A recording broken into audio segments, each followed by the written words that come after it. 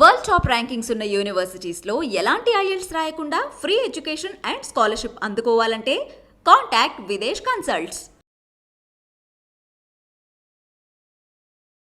నమస్తే, welcome to iDream. మంచి ఆరోగ్యానికి మంచి ఆహారం ఎంత ముఖ్యమో అలాగే చక్కటి నిద్ర కూడా అంతే అవసరం. కానీ ఇప్పటి రోజుల్లో చాలా మంది ఈ నిద్రకు దూరం అవుతూ ఉన్నారు.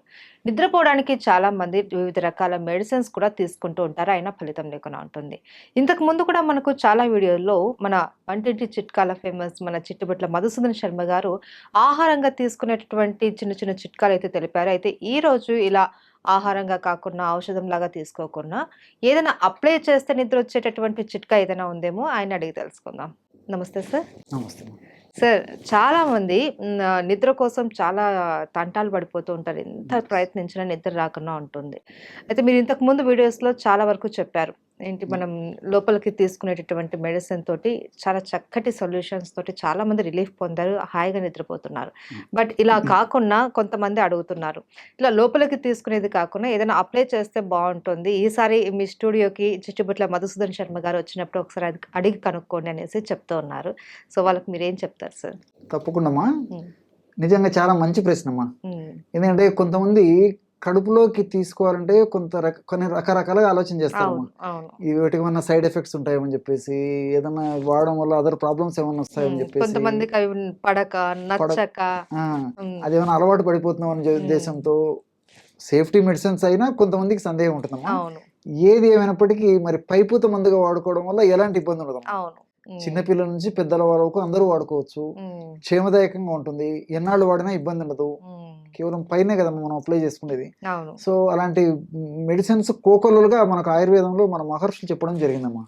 వాటిల్లో ఈజీగా తయారు చేసుకోగది, ఎందుకంటే ప్రేక్షకులు చాలా మంది అడిగారని కూడా చెప్తున్నారు కదా. సో ఈజీగా తయారు చేసుకుంటే చెప్తాను చూడమ్మా. ఇది కూడా చాలా అద్భుతంగా పనిచేస్తుందమ్మా. చాలా ఈజీ తయారు చేసుకోవడము, వాడడం ఈజీ, ఆ అప్లై చేసినటువంటి క్షణాల్లోనే నిద్రలోకి జారుకుంటారు. మీరు చెప్పేటివన్నీ సార్ చాలా అందుబాటులో ఉంటాయి ప్రతి ఒక్కళ్ళకి కూడా, ధర కూడా ఎక్కువగా ఉండదు, అందరూ కూడా తీసుకునేటటువంటి విధంగానే ఉంటుంది. అండ్ దానికోసం ఎక్కడెక్కడో తిరగాల్సిన అవసరం కూడా లేదు, మన వంటింట్లోనే దొరుకుతూ ఉంటాయి. లేదు అంటే పక్కన ఉన్న ఒక ఆయుర్వేదం షాప్కి వెళ్ళినా కూడా ఈజీగా మనం తీసేసుకోవచ్చు. సో ఇది కూడా అలాంటిదమ్మా. కేవలం జాజికాయలు, ఆవు నెయ్యమ్మా. జాజికాయ, ఆవు నెయ్యి. ఓకే. సో జాజికాయలు ప్రత్యేకంగా పరిచయం చేయనక్కర్లేదు. సో మామూలుగా కిల్లి షాప్లలో దొరుకుతుంది, పచారీ షాప్లో దొరుకుతుంది, మన ఇళ్లలో కూడా ఉంటుందమ్మా. సువాసన భరితమైనటువంటి ద్రవ్యం అది. మెరిస్టికా ఫ్రాగ్రెన్స్ అని దానికి కెమికల్ గా శాస్త్రీయ పరిభాషలో లాటిన్ పేరు అది. ఫ్రాగ్రెన్స్ అంటే వాసన అన్య భాషలో. సో మెరిస్టికా ఫ్రాగ్రెన్స్ చాలా సువాసన భరితంగా ఉంటుంది కాబట్టి ఆ పేరు పెట్టడం జరిగిందమ్మా. ఇవి ప్రతి చోట దొరుకుతాయమ్మా, పెద్ద మనం కష్టపడక్కర్లేదు. చాలా మంది ఇళ్లలో కూడా ఉంటాయమ్మా. వాళ్ళు తాంబూలం వేసుకునేటప్పుడు కానీ కిల్లీలో కానీ ఒక కొద్దిగా వేసేటువంటి పరిస్థితి ఉంటుంది కాబట్టి ఉంటుంది, ఇబ్బంది ఏం లేదు. ఆ జాజికాయ పొడి ఒక 25 grams తీసుకోవాలమ్మా, అప్రాక్సిమేట్ అమ్మా. ఎక్కువ తక్కువ తయారు చేసుకోవచ్చు. అట్లే రెండోది ఏంటంటే ఆవు నెయ్యి. ఇప్పుడు ఆవు నెయ్యి కూడా మంచిది కూడా మనకు మార్కెట్ దొరుకుతుంది. సో అదొక 50 grams ఆర్ 50 ml. అంటే మీరు ఎంతైనా తీసుకున్నామా, జాజికాయ పొడికి డబుల్ తీసుకోవాలమ్మా, అది కాన్సెప్ట్. ఒకవేళ తప్పని పరిస్థితుల్లో, ఒకవేళ ఆవు నెయ్యి దొరకనటువంటి పరిస్థితుల్లో వాళ్ళే నిరుత్సాహపడాల్సిన పని లేదమ్మా. గేదె నెయ్యి కూడా పనిచేస్తాం.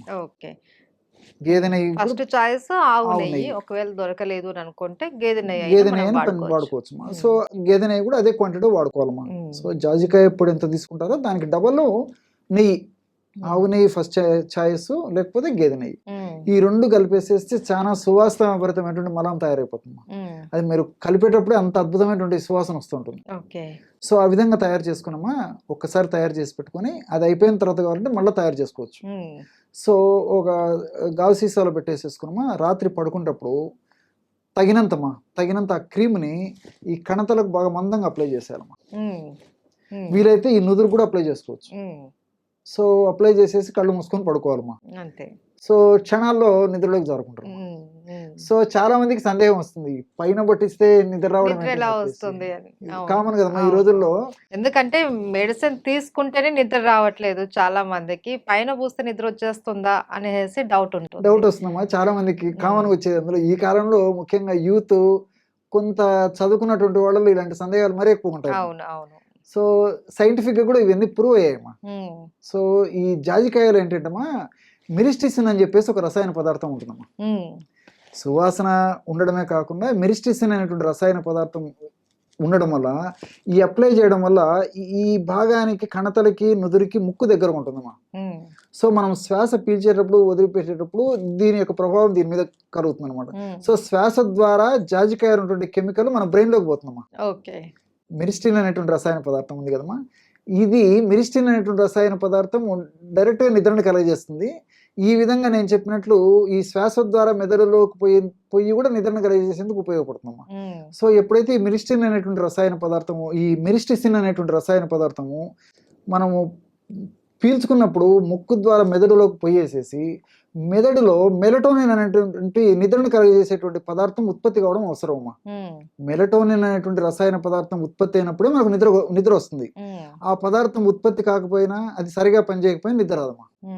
సో ఈ జాజికాయను మనం ఈ పద్ధతిలో వాడుకోవడం వల్ల ఆ పీల్చుతాం కదమ్మా, అప్పుడు ఇది ఈ మెలటోనిన్ అనేటువంటి ఆ యొక్క రసాయన పదార్థ ఉత్పత్తికి దోహదపడుతుందమ్మా. ఎంత సైన్స్ ఉందో చూడండి. సో నేచురల్ గా నిద్ర వచ్చేస్తుంది. చాలా సేఫ్టీగా అమ్మా. రెండోది ఏంటంటే మనం మీరు అన్నట్లు మాత్ర వేసుకున్నప్పుడు జీర్ణం కావాలి, రక్తంలో కలవాలి, దాని ప్రభావం చూపించాలి, ఇది కొంచెం ప్రాసెస్ పడుతుంది. ఇది ఇంకా డైరెక్ట్. రెండోది ఏంటంటే నెయ్యి బెస్ట్ ఆల్కలైన్ ఏజెంట్ అమ్మా.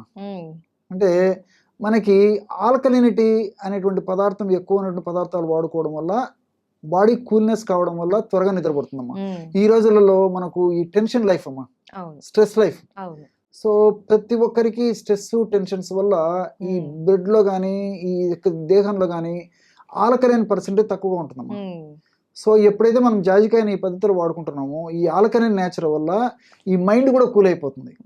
సో ప్రశాంతమైనటువంటి కంటి నిండా నిద్ర వచ్చేటువంటి పరిస్థితి ఏర్పడుతుంది. కంటి నిండా నిద్రపోతే ఒంటి నిండా ఆరోగ్యం అని చెప్పి చెప్తుంటారు. కంటి నిండా నిద్ర వచ్చేందుకు కంటి పక్కన ఉన్నటువంటి ఈ నుదురుకు మనం ఈ ఔషధాన్ని అప్లై చేయడం వల్ల కంటి నిండా నిద్ర వస్తుంది, ఒంటి నిండా ఆరోగ్యం చేకూరుతుంది అనమాట. సో ఈ విధంగా నెయ్యి ఆల్కలైన్ ఏజెంట్ గా పనిచేసేసి ఆ బాడీని కూల్ చేయడం వల్ల దాని ప్రభావం చేత కూడా మెలటోనిన్ అనేటువంటి పదార్థం ఉత్పత్తి చేసి నిద్ర వచ్చేందుకు ఉపయోగపడుతుందమ్మా. తర్వాత నెయ్యిలో vitamin D1, A, E, K అనేటువంటి అనేక రసాయన పదార్థాలు ప్రత్యక్షంగానో పరోక్షంగానో ఈ పోషణకు ఉపయోగపడమే కాకుండా నిద్ర వచ్చేందుకు కూడా ఉపయోగపడుతుందమ్మా. మనం అప్లై చేసుకున్నప్పటికీ దాని యొక్క అంశ రక్తంలో కలిసిపోయి దాని యొక్క ప్రభావం అయితే కొంత ఉంటుందమ్మా. రెండవది ఏమంటే ఈ యొక్క నెయ్యిలో ఉన్నటువంటి ఈ యొక్క రసాయన పదార్థాల వల్ల మెదడులో ఈ హ్యాపీ హార్మోన్స్ ప్రొడక్షన్ ఎక్కువ జరుగుతుందమ్మా. అంటే డోపమిన్, సెరటోనిన్, గాబా, ఎండార్ఫిన్స్ ఇలాంటి అనేక రకాలైనటువంటి హ్యాపీ హార్మోన్స్ ఉంటాయి.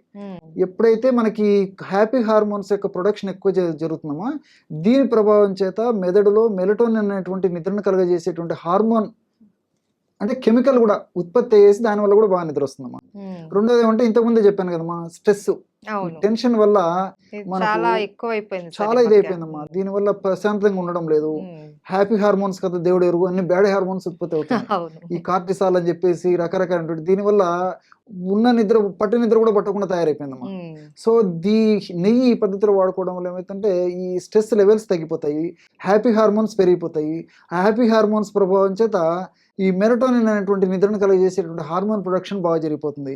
ఇలా మల్టిపుల్ బెనిఫిట్స్ ఉన్నాయి కాబట్టి చిన్న పిల్లల నుంచి పెద్దల వరకు దీర్ఘకాలికంగా ఎన్నాళ్ళు వాడినప్పటికీ ఇబ్బంది ఉండదమ్మా. రెండోది ఏంటంటే ఈ విధంగా మెడిసిన్ తాజాగా తయారు చేసుకుని వాడుకోవాలమ్మా. ఎందుకంటే ఈ జాజికాయలో కొన్ని వోలటైల్ ప్రిన్సిపల్స్ అని చెప్పేసి ఉంటాయి. అంటే సువాసన ద్రవ్యాలు, ఆయిల్స్ అనమాట. ఎక్కువ రోజులు నిల్వ ఉండడం వల్ల ఎవాపరేట్ అయిపోయి వాటి యొక్క శక్తి సన్నగిలుతుంది. కాబట్టి ఫ్రెష్ ఈజ్ మస్ట్. నేను చెప్పిన పద్ధతిలో కొద్ది ప్రమాణంలో ఔషధం తయారు చేసుకోవాలి. అనుకుంటే తర్వాత మళ్ళీ ప్రిపేర్ చేసుకోవాలి. ఈజీ కదమ్మా, matter of 1 minute 2 minutes. Powder ఇది కలుపుకోవడమే కదమ్మా, అంతే కదా. సో ఫ్రెష్ గా మనం ఆ విధంగా తయారు చేసుకోవడం వల్ల, ఫర్ ఎగ్జాంపుల్ చూడమ్మా, మీరు కాఫీ కానీ టీ కానీ ఇంకోటి కానీ ఎస్పెషల్లీ ఇలాంటి పదార్థాలు తీసుకున్నప్పుడు మీరు ఫ్రెష్ గా తాగినప్పుడు పొందేటువంటి అనుభూతి, అదే మీరు 2 గంటలు 3 గంటలు లేకపోతే ఒక రోజు ఏదో నిలువ పెట్టేసి మళ్ళీ కాఫీని మళ్ళీ వేడి చేసి తాగేదానికి, టీని వేడి చేసి తాగేదానికి తేడా వస్తుంది అవును అవును సో ఆ ఫ్రెష్నెస్ ఉన్నప్పుడు దాంట్లో ఉంటున్న ఔషధ గుణాలు బాగుంటాయమ్మా.